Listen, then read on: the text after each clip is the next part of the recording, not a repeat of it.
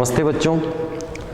हमने पूर्व की कक्षा में फैराडे जो वैज्ञानिक थे उन्होंने विद्युत चुंबकीय प्रेरण पर आधारित दो प्रयोग किए, जिनमें पहला जो प्रयोग उन्होंने किया था एक चुंबक और एक कुंडली को लेकर किया था, जिसके बारे में हमने अध्ययन किया। उन्होंने दूसरा और प्रयोग किया विद्युत चुंबकीय प्रेरण पर आधारित, जिसमें दो परिनालिका उन्होंने प्रयोग में लाई और उनके साथ जो प्रयोग किया उसका हम आइए अध्ययन करते हैं। तो उन्होंने क्या किया कि उन्होंने दो परिनालिका बनाई। तो हम चित्र पहले देखें कि किस प्रकार से परिनालिका का निर्माण उन्होंने किया। तो ये एक परिनालिका है P। इस परिनालिका में उन्होंने एक धारा नियंत्रक लगाया। धारा नियंत्रक के साथ एक कुंजी के साथ उन्होंने एक लगाया बैटरी, जिसे हम सेल भी कहते हैं। तो इस प्रकार से E सेल है, K कुंजी है, RH हम धारा नियंत्रक कहते हैं। तो इस प्रकार से ये एक जो कुंडली है या जो परिनालिका है, तो इसे हम P से यहाँ पे दर्शा रहे हैं। ये पहली परिनालिका है और इसे हम कहते हैं प्राथमिक परिनालिका। प्राथमिक परिनालिका।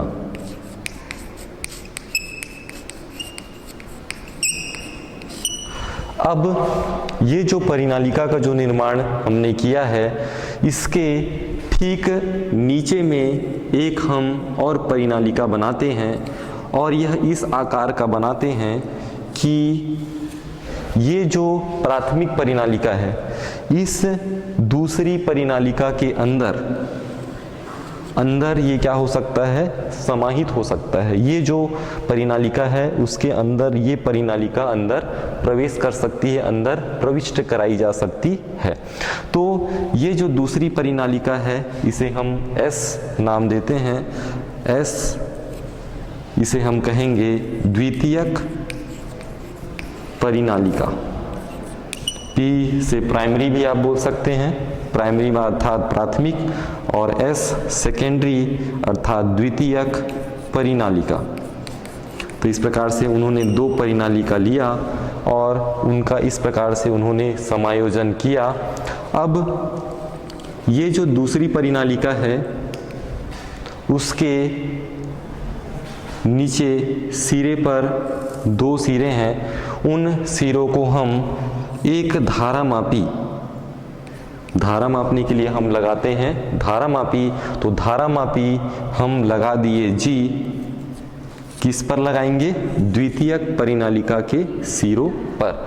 तो इस प्रकार से यहाँ पे जो फैराडे ने प्रयोग किया उसका हम यहाँ पे एक चित्र देखते हैं कि दो परिनालिका हैं P और S, उनका इस प्रकार से समायोजन किया गया कि जो P है परिनालिका, उनके सिरों पर बैटरी के साथ या सेल के साथ कुंजी के एक सिरे को धारा नियंत्रक और धारा नियंत्रक के दूसरे सिरे को पुनः हम प्राथमिक परिनालिका से जोड़ देते हैं और द्वितीयक परिनालिका में हम एक धारामापी लगा देते हैं। अब फैराडे हैं, उन्होंने इस प्रयोग में ये जो कुंजी है K, ये प्लग होता है। तो प्लग यदि हम इस पे लगा दें तो यह परिपथ जो है वह पूर्ण हो जाएगा और सेल से जो है वह धारा प्रवाहित होने लगेगी। तो जब हम प्लग लगाते हैं तो परिनालिका जो P है, P को S के अंदर हम ले जाते हैं। इस परिनालिका P को इस S के अंदर क्या करेंगे, हम ले जाएंगे। तो धीरे धीरे जब ये अंदर की ओर जाएगा तो जो धारामापी है, ये आपका जो धारामापी है, तो जब परिनालिका इस S के अंदर, ये P अंदर की ओर जाएगी तो प्रेरित धारा जो है वह इस धारामापी में आपको विक्षेप दिखाई देगा। तो इस प्रकार से जो विद्युत चुंबकीय प्रेरण की घटना अंदर हो रही है, ये पूरी जो घटना है वह विद्युत चुंबकीय प्रेरण की घटना कहलाती है। तो जो प्रेरित धारा है वह हमें धारामापी जी में क्या होगा, प्रदर्शित होगा। अब यदि हम ये कुंडली को अंदर, इस परिनालिका को हम अंदर की ओर प्रवेश कराकर एक स्थान पे रोक दें, एक स्थान पे यदि हम रोक देंगे तो क्या होगा, धारामापी में विक्षेप क्या होगा, शून्य होगा। और यदि हम पुनः उसे, अब इसे हम अंदर की ओर प्रविष्ट कराए हैं तो कराने पर क्या दर्शाया, विक्षेप, और उसे रोक दिए तो क्या हो गया, विक्षेप शून्य। लेकिन अब उसे पुनः हम वापस बाहर की ओर क्या करें, निकालें, तो निकालने पर भी आप देखेंगे कि विक्षेप जो है वो धारामापी जो है वह प्रदर्शित इसमें हमें दिखाई देगा। तो यहाँ पे उन्होंने बताया फैराडे ने कि जो प्राथमिक परिनालिका है उसको द्वितीयक परिनालिका के अंदर प्रविष्ट कराने या बाहर निकालने पर धारामापी में क्या होता है, विक्षेप हमें दिखाई देता है। और जो धारा में जो परिवर्तन होता है, जो धारा में जो परिवर्तन है वह हमें इस धारामापी के माध्यम से, विक्षेप के माध्यम से प्राप्त होता है। अब जब हम कुंजी को लगाते हैं तो विक्षेप दर्शाएगा। यदि हम कुंजी को यदि निकाल दें तो निकालने पर भी यहाँ पे जो है क्षणिक भर के लिए क्या होता है, विक्षेप प्रदर्शित होता है या विक्षेप हमें दिखाई देता है। तो इस प्रकार से जो फैराडे हैं उन्होंने दो परिनालिकाओं के साथ प्रयोग किया और उन्होंने ये बताया कि एक परिनालिका को दूसरी परिनालिका के अंदर हम ले जाएं या बाहर निकालें तो विक्षेप हमें प्रदर्शित होता है। और यह विक्षेप जो होता है, हमने पढ़ा है कि एक चुंबक और एक कुंडली में उन्होंने लिया कि जब हम चुंबक को पास ले जाते हैं तो वहाँ पे चुंबकीय क्षेत्र उत्पन्न होता है, चुंबकीय क्षेत्र के कारण विद्युत वाहक बल उत्पन्न होता है, विद्युत वाहक बल के कारण ही प्रेरित धारा उत्पन्न होती है। बिल्कुल ठीक इसी प्रकार से भी यहाँ पे दो परिनालिकाओं के माध्यम से उन्होंने बताया कि जो प्रेरित धारा है वह उत्पन्न होती है और यह जो पूरी घटना है यह विद्युत चुंबकीय प्रेरण कहलाती है और उसको इस प्रयोग के माध्यम से उन्होंने दर्शाया है। अब यदि हम देखें, दोनों प्रयोग को हमने पढ़ा है, दोनों प्रयोग के आधार पे हम यदि निष्कर्ष निकालें तो फैराडे का जो प्रयोग है उसका निष्कर्ष यदि हम देखें तो हमें प्राप्त होगा, निष्कर्ष हम निकालें कि जो फैराडे ने जो प्रयोग किए उससे क्या निष्कर्ष निकलता है कि जब कभी कुंडली, जब हम कभी क्या ले रहे हैं, कुंडली लेते हैं। हमने इसके पहले प्रयोग में एक चुंबक लिया था और एक कुंडली ली थी। तो जब कभी कुंडली या अभी हमने दूसरे प्रयोग में लिया है परिनालिका,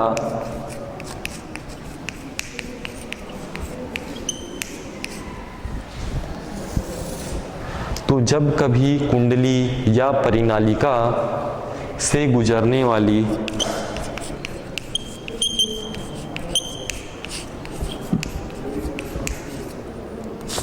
बल रेखाओं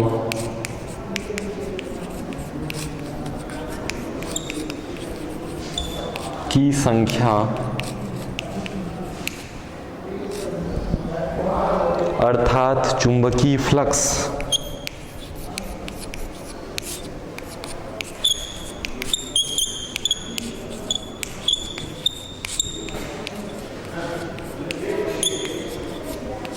अर्थात चुंबकीय फ्लक्स में परिवर्तन होता है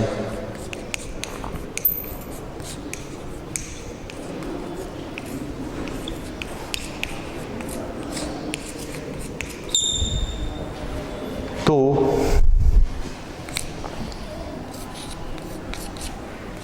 उस कुंडली या परिनालिका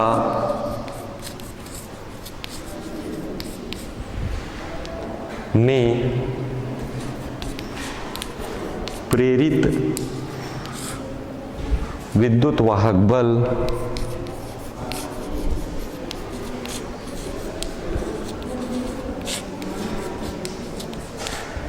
क्या होगा, उत्पन्न हो जाता है। तो उन्होंने ये निष्कर्ष बताया, फैराडे ने, कि उन्होंने जो दो प्रयोग किए थे उस आधार पे यह निष्कर्ष निकला कि जब कभी कभी हम देख रहे हैं कि कुंडली ले रहे हैं, कभी हम क्या लिए, परिनालिका, तो जब कभी कुंडली या परिनालिका से गुजरने वाली बल रेखाओं की संख्या, आपने पढ़ा है अभी चुंबकीय फ्लक्स के बारे में, तो बल रेखाओं की संख्या अर्थात जिसे हम कहते हैं चुंबकीय फ्लक्स, उसमें यदि परिवर्तन होता है तो उस कुंडली या परिनालिका में प्रेरित विद्युत वाहक बल उत्पन्न हो जाता है, जिससे प्रेरित धारा उत्पन्न होती है और हमें यहाँ पे दिखाई देती है। तो इस प्रकार से यदि हम निष्कर्ष के रूप में देखें फैराडे के जो दो प्रयोग हैं, तो निष्कर्ष आप याद रखिएगा कि जब कभी कुंडली या परिनालिका से गुजरने वाली बल रेखाओं की संख्या अर्थात चुंबकीय फ्लक्स में परिवर्तन होता है तो कुंडली या परिनालिका में प्रेरित विद्युत वाहक बल उत्पन्न हो जाता है। अब इसके पश्चात हम आगे देखते हैं कि जो फैराडे हैं उन्होंने विद्युत चुंबकीय प्रेरण के लिए नियम बनाए या नियम का उन्होंने प्रतिपादन किया, और वे फैराडे जो थे उन्होंने मुख्य दो नियम प्रतिपादित किए। पहला जो नियम है उसको हम देखते हैं कि उन्होंने पहले नियम में किस प्रकार से व्याख्या की है। तो ये फैराडे के जो प्रयोग हैं और उनका यह निष्कर्ष हुआ। अब आगे हम बढ़ते हैं।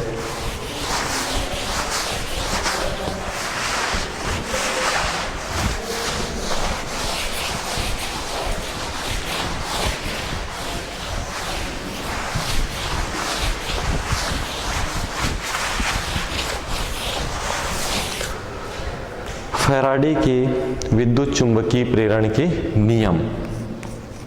फैराडे के विद्युत चुंबकीय प्रेरण के नियम। तो उन्होंने मुख्य दो नियम का प्रतिपादन किया है, जिसमें पहला नियम हम देखें तो जब कभी किसी परिपथ, जब कभी किसी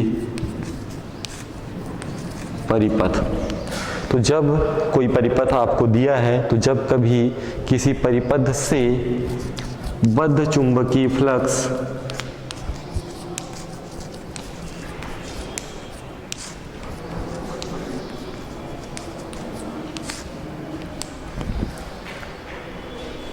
में परिवर्तन किया जाता है,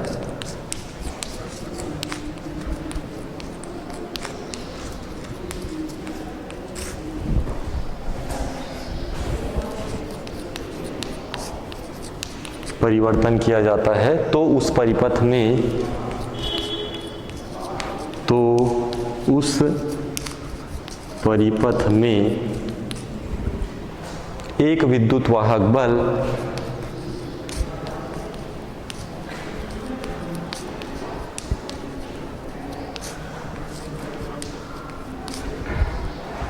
प्रेरित हो जाता है, प्रेरित हो जाता है। इसका अस्तित्व उस समय तक रहता है, इसका अस्तित्व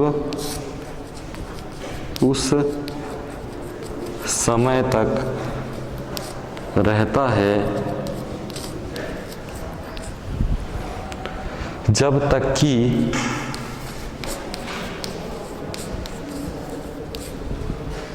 चुंबकीय फ्लक्स में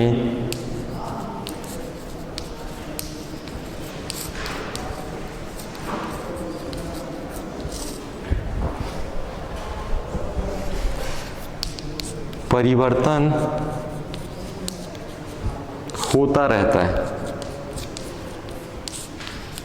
तो यह जो है फैराडे ने प्रथम नियम दिया कि फैराडे का प्रथम नियम, जब कभी किसी परिपथ से बद्ध चुंबकीय फ्लक्स में परिवर्तन किया जाता है तो उस परिपथ में एक विद्युत वाहक बल प्रेरित हो जाता है और इसका अस्तित्व उस समय तक रहता है जब तक कि चुंबकीय फ्लक्स में परिवर्तन होता रहता है। तो जैसा कि अभी आपने फैराडे का जो हमने प्रयोग देखा, उस प्रयोग में जो उन्होंने पाया और उसी के आधार पे उन्होंने पहले नियम का प्रतिपादन किया। तो ये जो पहला नियम है उन्होंने हमने देखा, जो दो प्रयोग उन्होंने किए चुंबक और कुंडली को लेकर, परिनालिका को लेकर, दो परिनालिकाओं को लेकर उन्होंने जो प्रयोग किया, उस आधार पर उन्होंने प्रथम नियम जो बनाया वो उसी के आधार पे बनाया है। अब फैराडे जो है उन्होंने दूसरा नियम भी दिया है और वह दूसरा नियम है कि प्रेरित विद्युत वाहक बल, उन्होंने एक नियम और प्रतिपादित किया, दूसरा नियम प्रेरित विद्युत वाहक बल। और जो प्रेरित होता है, जो विद्युत वाहक बल प्रेरित हो रहा है तो हम उसे कहेंगे कि प्रेरित विद्युत वाहक बल चुंबकीय फ्लक्स में परिवर्तन, चुंबकीय फ्लक्स में परिवर्तन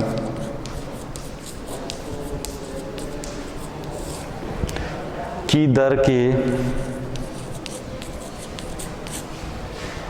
क्या होगा, अनुक्रमानुपाती होता है। अनुक्रमानुपाती, अनुक्रमानुपाती को हम क्या कहते हैं, समानुपाती भी कहते हैं, अनुक्रमानुपाती होता है। तो यहाँ पे हम देखें तो जो प्रेरित विद्युत वाहक बल, जो विद्युत वाहक बल प्रेरित हो रहा है वह किसके कारण हो रहा है, चुंबकीय फ्लक्स में परिवर्तन के कारण।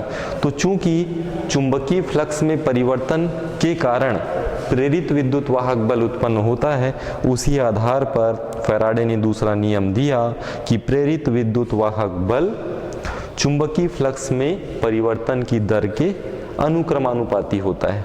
तो जैसा आप चुंबकीय फ्लक्स में परिवर्तन करेंगे वैसा विद्युत वाहक बल में भी परिवर्तन होता रहेगा या परिवर्तन होगा। अब प्रथम नियम की व्याख्या हमने कर चुकी है इसके पहले के प्रयोग में। दूसरा जो नियम है इसकी हम व्याख्या करेंगे कि प्रेरित विद्युत वाहक बल चुंबकीय फ्लक्स में परिवर्तन की दर के अनुक्रमानुपाती होता है और यह किस प्रकार की होता है।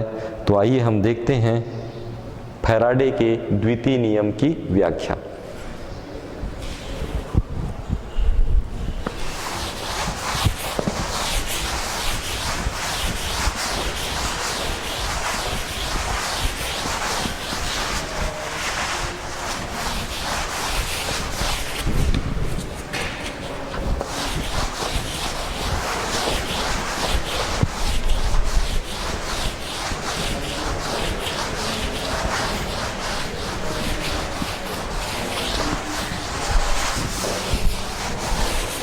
तो फैराडे के द्वितीय नियम की हम व्याख्या करते हैं।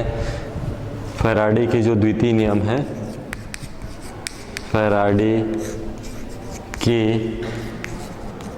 द्वितीय नियम की व्याख्या।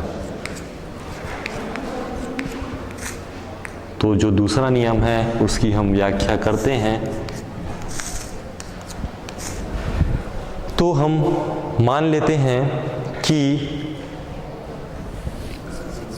मान लो किसी क्षण, कोई क्षण है, क्षण मतलब अंतराल, तो किसी क्षण परिपथ, जो हमने परिपथ बनाया है, तो किसी क्षण परिपथ में बद्ध चुंबकीय फ्लक्स, परिपथ में क्या होगा, चुंबकीय फ्लक्स का निर्माण होगा और वह बद्ध चुंबकीय फ्लक्स हमने पढ़ा है कि चुंबकीय फ्लक्स जो होता है उसे हम किससे प्रदर्शित करते हैं, फाई से प्रदर्शित करते हैं। तो मान लो किसी क्षण परिपथ में बद्ध चुंबकीय जो फ्लक्स है वह है फाई 1। फाई जो होता है वह चुंबकीय फ्लक्स को दर्शाते हैं। अब यहाँ पे हम ले लिए हैं फाई 1। अब t सेकेंड, ये किसी क्षण था, अब t सेकेंड के पश्चात, ये किसी क्षण में हम ले रहे हैं फाई 1। अब कुछ समय के पश्चात, जिसे हम कहेंगे t सेकेंड बाद, बद्ध चुंबकीय फ्लक्स। अब t सेकेंड पश्चात क्या होगा, चुंबकीय फ्लक्स के मान में क्या होगा, परिवर्तन होगा। तो फाई 1 से वह हो जाएगा फाई 2। तो ये हम मान रहे हैं कि किसी क्षण में जो बद्ध चुंबकीय फ्लक्स था वो कितना है, फाई 1 है। t सेकेंड के बाद जो चुंबकीय फ्लक्स है वो कितना है, फाई 2 है। अब यदि हम परिवर्तन देखें कि बद्ध चुंबकीय फ्लक्स में कितना परिवर्तन हुआ, तो हम लिखेंगे चुंबकीय फ्लक्स में परिवर्तन की दर, चुंबकीय फ्लक्स में परिवर्तन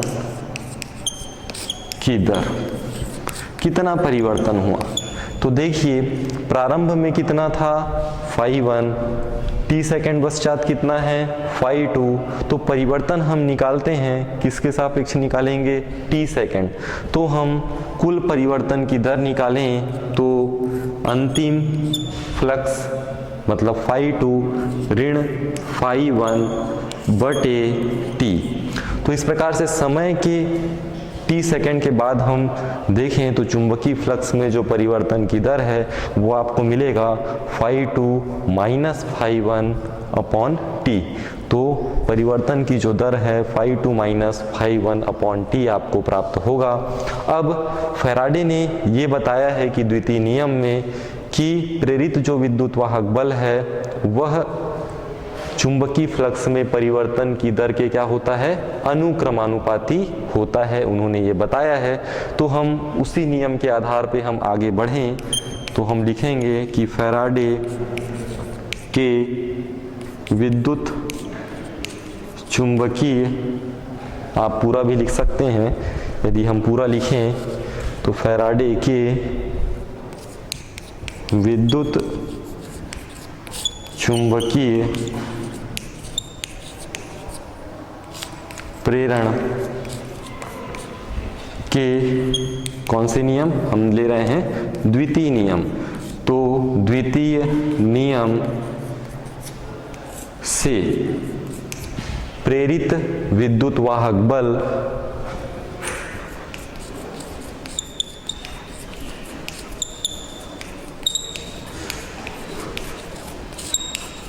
अब हम जानते हैं कि प्रेरित जो विद्युत वाहक बल है उसे हम E से दर्शाते हैं। तो प्रेरित विद्युत वाहक बल E अनुक्रमानुपाती हो जाएगा phi 2 minus phi 1 upon t।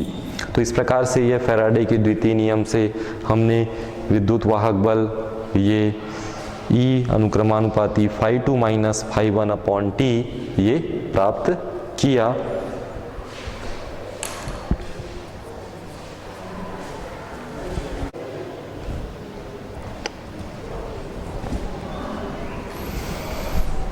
तो हमने फैराडे की विद्युत चुंबकीय प्रेरण के द्वितीय नियम से यह देखा कि प्रेरित विद्युत वाहक बल E अनुक्रमानुपाती होता है चुंबकीय फ्लक्स में परिवर्तन की दर के। तो हम उसी आधार पर देखें तो प्रेरित विद्युत वाहक बल को हम E से प्रदर्शित करते हैं, E अनुक्रमानुपाती। अब हमने निकाला है परिवर्तन की दर phi 2 minus phi 1 upon t। तो हमने ये मान रखा। अब आप जानते हैं कि कभी भी हम अनुक्रमानुपाती का चिन्ह यदि हटाते हैं और उसके स्थान पे यदि हम क्या कर दें, बराबर लगा दें, तो एक नियतांक वहाँ पे आ जाता है और ये नियतांक ऋण के हम ब्रैकेट में लिखेंगे φ2 माइनस φ1 बटे t। तो इस प्रकार से E बराबर ऋण के, यहाँ पे k क्या है, कांस्टेंट है, नियतांक है, और φ2 माइनस φ1 अपॉन t ये हो जाता है। अब ये जो राशि है नियतांक, यदि इसका मान 1 हो जाए, यदि ये राशि इसका मान क्या हो जाए 1, अर्थात k बराबर यदि हम 1 रखें तो हमें क्या मिलेगा, E बराबर ऋण φ2 माइनस φ1 अपॉन t। तो k का मान हमने 1 रखा, 1 का इस पूरी राशि से गुणा करेंगे तो वही राशि हमें प्राप्त होगी। तो E बराबर ऋण φ2 माइनस φ1 अपॉन t ये हमें प्राप्त होगा, और इसे हम समीकरण 1 हम लिखें। अब यदि ये हमने t समय, t सेकंड के लिए निकाला है, अब यदि क्या हो कि t के मान में अल्प समय हो, अल्प समय अंतराल हो, अल्प समय अंतराल हम लेते हैं डेल t। डेल मतलब परिवर्तन, किसमें, समय में। तो समय में परिवर्तन हो रहा है टाइम में, t टाइम है यहाँ पे, तो समय में यदि परिवर्तन होता है तो उसे हम डेल t से दर्शाते हैं। तो डेल t समय में यदि चुंबकीय फ्लक्स में परिवर्तन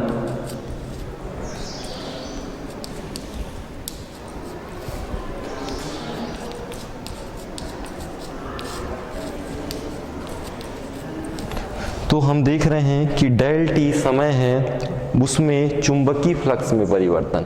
तो चुंबकीय फ्लक्स में परिवर्तन, चुंबकीय फ्लक्स को हम किससे दर्शाते हैं, फाई से।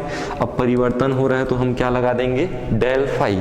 तो डेल टी समय में यदि चुंबकीय फ्लक्स में परिवर्तन कितना हो, डेल फाई हो, तब विद्युत वाहक बल E जो होगा वह बराबर होगा, इस हम समीकरण 1 से देखें तो ऋण लगेगा ही। अब ये φ2 माइनस φ1 क्या है, चुंबकीय फ्लक्स में परिवर्तन, और उसे हम किससे प्रदर्शित कर रहे हैं, डेल फाई से। तो हम लिख देंगे डेल फाई बटे, अब t समय हमें कितने समय में हो रहा है, डेल t समय में, तो t के स्थान पे कितना आ जाएगा, डेल t। तो डेल t समय में यदि चुंबकीय फ्लक्स में परिवर्तन डेल फाई होता है तो विद्युत वाहक बल का मान होता है E बराबर ऋण डेल फाई बटे डेल t। अब धीरे धीरे ये डेल टी जो है वह राशि बहुत ही कम होती है, डेल मतलब सूक्ष्म लेते हैं हम लोग। तो डेल टी का मान यदि 0 हो जाए तो क्या होगा, तो हम लिखेंगे कि डेल टी बराबर यदि 0 हो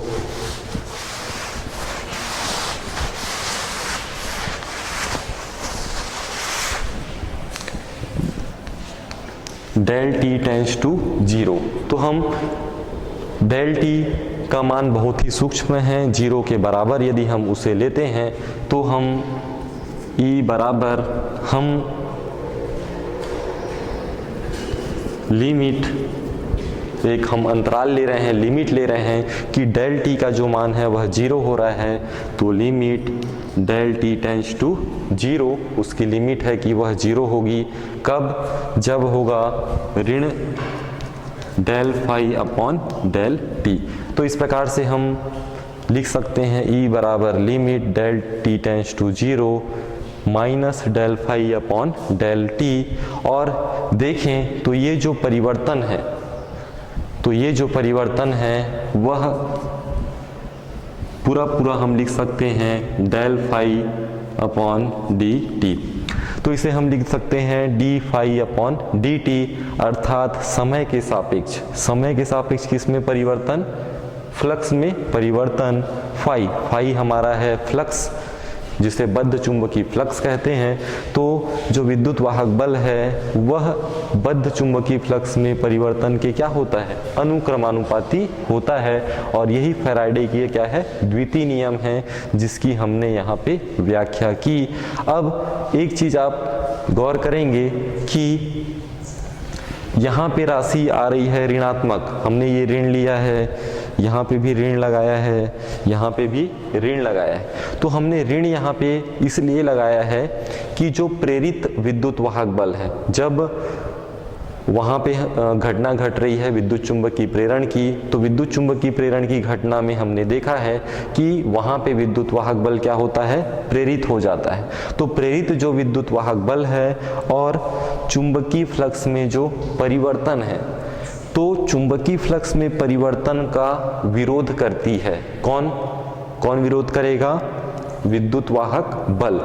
तो ये ऋण चिन्ह क्या प्रदर्शित करता है, यह ऋण चिन्ह यह दर्शाता है कि जो प्रेरित विद्युत वाहक बल है और चुंबकीय फ्लक्स में जो परिवर्तन है उसका क्या करती है, विरोध करती है। तो ये विरोध को दर्शाता है, एक दूसरे के क्या करते हैं, विरोधी हैं। कौन कौन, चुंबकीय फ्लक्स में परिवर्तन और विद्युत वाहक बल।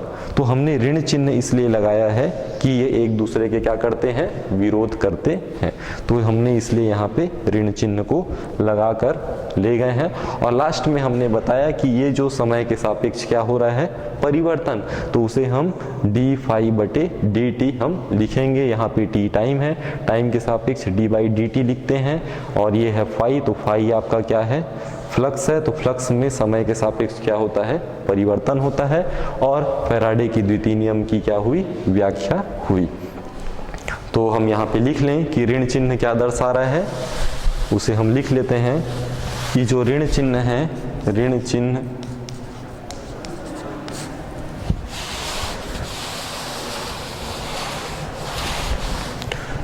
चिन्ह प्रेरित विद्युत वाहक बल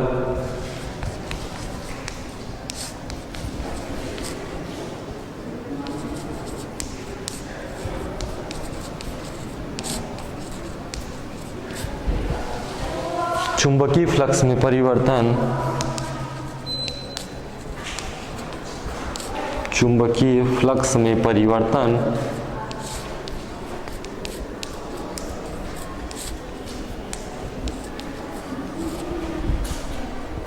का विरोध करता है।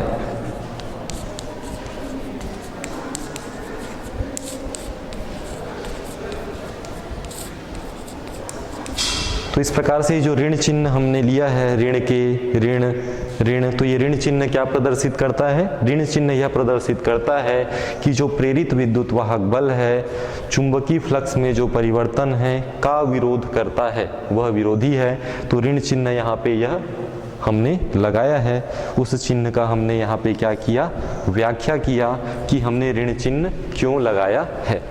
अब हम आगे की ओर बढ़ते हैं, हम एक आंकिक प्रश्न लेते हैं और उसमें हम हल करते हैं। तो आंकिक प्रश्न हम देखें कि कोई लूप है, उस लूप में बद्ध चुंबकीय फ्लक्स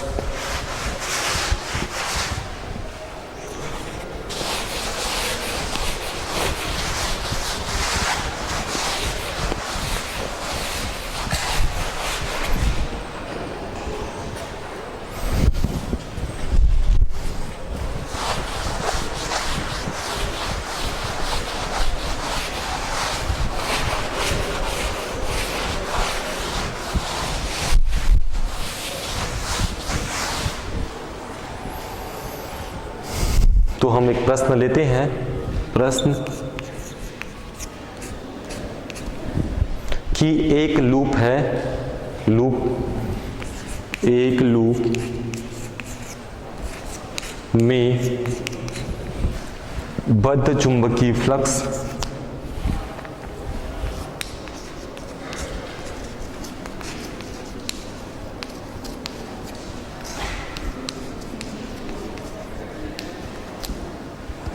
बद्ध चुंबकीय फ्लक्स को हम किससे प्रदर्शित करते हैं, फाई से।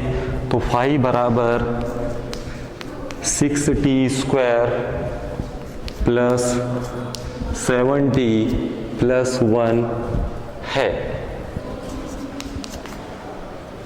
ये इतना हमें दिया है कि एक लूप है, उस लूप में बद्ध चुंबकीय फ्लक्स फाई का मान है, फाई बराबर 6t² प्लस 7t प्लस 1। अब फाई का मान, ये जो फाई है बद्ध चुंबकीय फ्लक्स है, इसका मान मिली वेबर में, मिली वेबर ये इकाई है कि फाई का जो मान है, ये जो हमारा फाई है वह किस में है, मिली वेबर में, तथा टी का मान समय जो है वह सेकंड में है। अब हमें ये ज्ञात करना है कि t बराबर 2 सेकेंड, यदि t बराबर 2 सेकेंड पर यदि हम लूप लें तो लूप में कितना विद्युत वाहक बल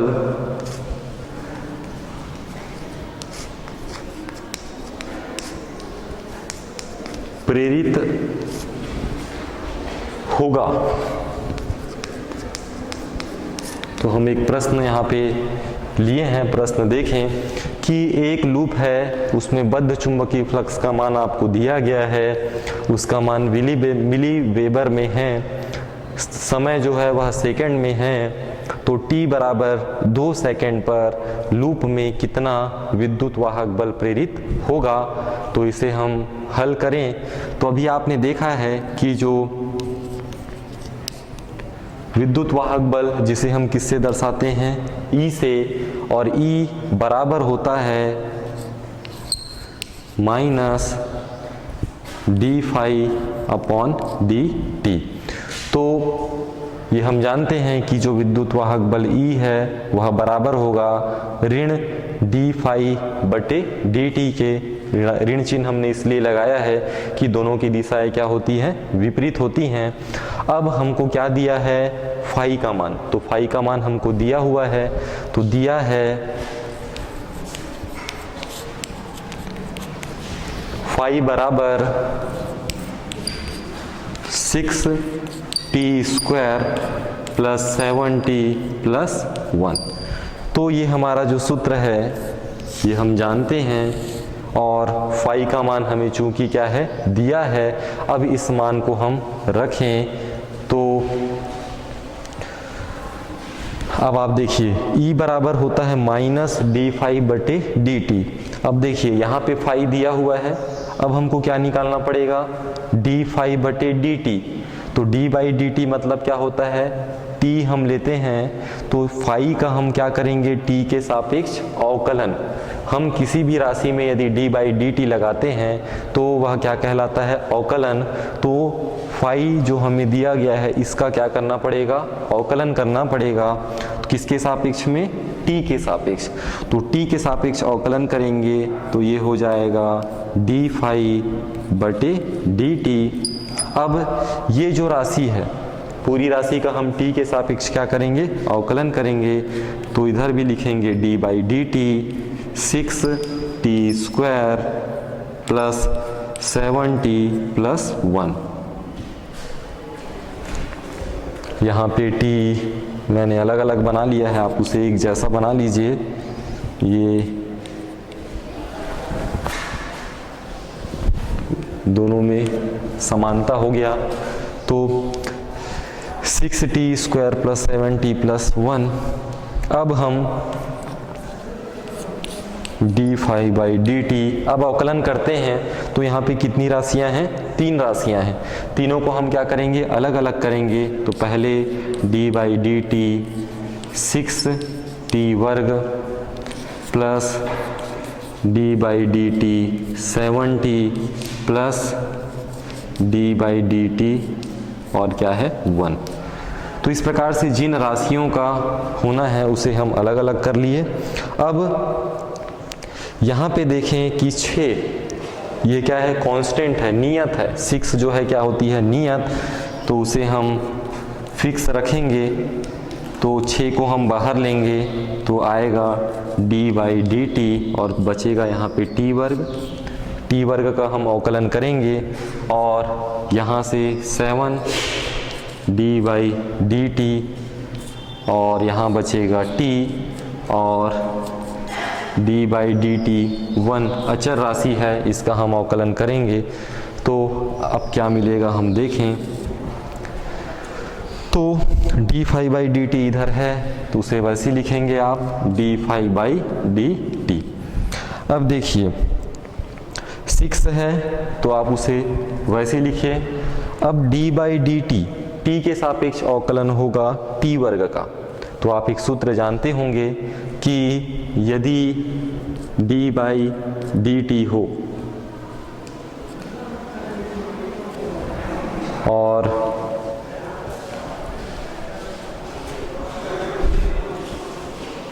कोई राशि है कितना t, तो उसका अवकलन होता है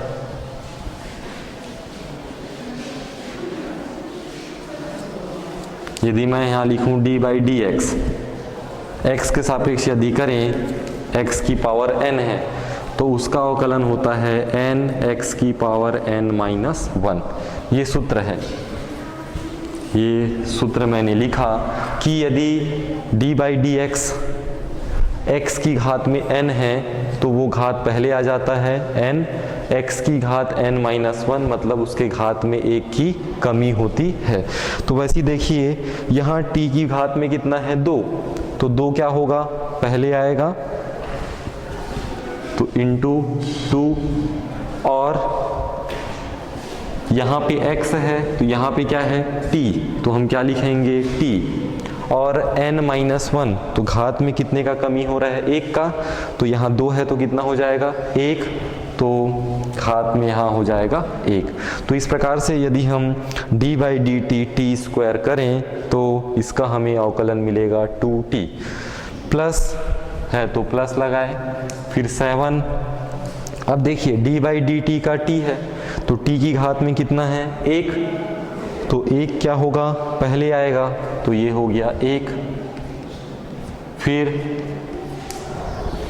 इस t की घात में 1 है और कितना कमी होगा 1 का कमी और होगा, तो 1 ऋण 1 मतलब कितना हो गया 0, तो t की पावर क्या हो जाएगा 0। तो यदि हम अवकलन करें d बाई डी टी का t का तो वो होगा t की पावर 0, और किसी की घात में 0 होता है तो उसका मान होता है 1, धन d बाई डी टी एक अचर राशि है, अचर राशि का यदि आप अवकलन करेंगे तो वह प्राप्त होगा 0। तो इस प्रकार से हम अवकलन करें तो अवकलन करने पे जो मान प्राप्त होगा वह होगा डी फाई बटे डी टी। अब देखिए 6 का 2 से गुणा होगा, 6 दूनी 12t, धन अब देखिए t की पावर 0 है, इसका मान कितना होगा 1, किसी की घात में 0 होता है तो उसका मान होता है 1, तो ये राशि हो गई 1, 1 का 1 से गुणा होगा 1, 1 का 7 से गुणा होगा तो 7, धन 0 है तो आप उसे जोड़ेंगे तब भी आपको क्या मिलेगा 0। तो इस प्रकार से आपको डी फाई बटे डी टी का मान प्राप्त हुआ 12t धन 7 या 12t प्लस 7 आप इसे कहेंगे। और हमें अब प्रश्न में देखना है कि हमें t बराबर 2 सेकंड पर निकालना है, तो t बराबर 2 सेकंड पर लूप में कितना विद्युत वाहक बल प्रेरित होगा ये हमें ज्ञात करना है। तो ये जो मान है हमें वो t सेकंड के लिए मिला, ये t सेकंड के लिए है। अब हमें कितने के लिए निकालना पड़ेगा 2 सेकंड के लिए, तो हम लिखेंगे t बराबर 2 सेकंड पर, t बराबर 2 सेकंड पर कितना होगा, तो हम यहाँ आ जाते हैं कि विद्युत वाहक बल क्या है E है, तो विद्युत वाहक बल का मान हमको निकालना है, तो E बराबर, अब देखिए ये हमारा सूत्र है, E बराबर हम क्या लगाएंगे ऋण चिन्ह, तो पहले हो गया ऋण चिन्ह, उसके बाद क्या है डी फाई बटे डी टी, इसका मान हमने निकाल लिया है डी फाई बटे डी टी का मान, तो उसे वहाँ पे रखेंगे 12t प्लस 7। तो हमने मान रखा। अब मान रखने के बाद t बराबर कितने सेकंड पे निकालना है? 2 सेकंड पे। तो t बराबर हम 2 सेकंड पे निकालेंगे। तो इसे आप बाद में लिखिए, इसको पहले लिखना था। तो यहाँ पे हम e बराबर मान रखने पर आ गया ऋण 12t + 7, ये हम मान रखे। अब मान रखने के पश्चात t बराबर 2 सेकंड पर अब हम t के स्थान पे यहाँ कितना रखेंगे? t के स्थान पे आ जाएगा 2। इसे ऐसा कर लीजिए, t बराबर 2 सेकंड पर अब हमारे पास हो जाएगा e बराबर ऋण 12 × 2 = 7। तो अब इसे हल करेंगे तो 12 दूनी 24, 24 × 7 और 24 और 7 क्या हो रहा है? यहाँ पे दोनों क्या हो रहा है? आपस में जुड़ रहा है। तो 24 और 7 कितना हो जाएगा? 31। तो ऋण 31। अब यहाँ पे हम विद्युत वाहक बल, देखिए फाई का मान दिया है मिली वेबर में और समय का मान दिया है सेकंड में। तो जो हमारी जो राशि जो प्राप्त होगी विद्युत वाहक बल का, वह होगी, चूंकि माइनस है, ऋणात्मक है, तो ऋणात्मक होने के कारण इसे हम कहेंगे मिली वोल्ट। तो जो विद्युत वाहक बल जो प्राप्त होगा वह होगा ऋण 31 मिली वोल्ट। तो t बराबर 2 सेकंड पर लूप में ऋण 31 मिली वोल्ट विद्युत वाहक बल प्रेरित होगा। ये हमारा क्या होगा? उत्तर होगा। तो इस प्रकार से हमने इस प्रकार से आंकिक उदाहरण बना सकते हैं। आप पुस्तक में और भी दिया हुआ है, उसे आप बनाइएगा, अभ्यास कीजिएगा। इस प्रकार से हमने आज फैराडे के नियम, परिनालिका के साथ और चुंबकीय प्रेरण के नियम का अध्ययन किया। धन्यवाद।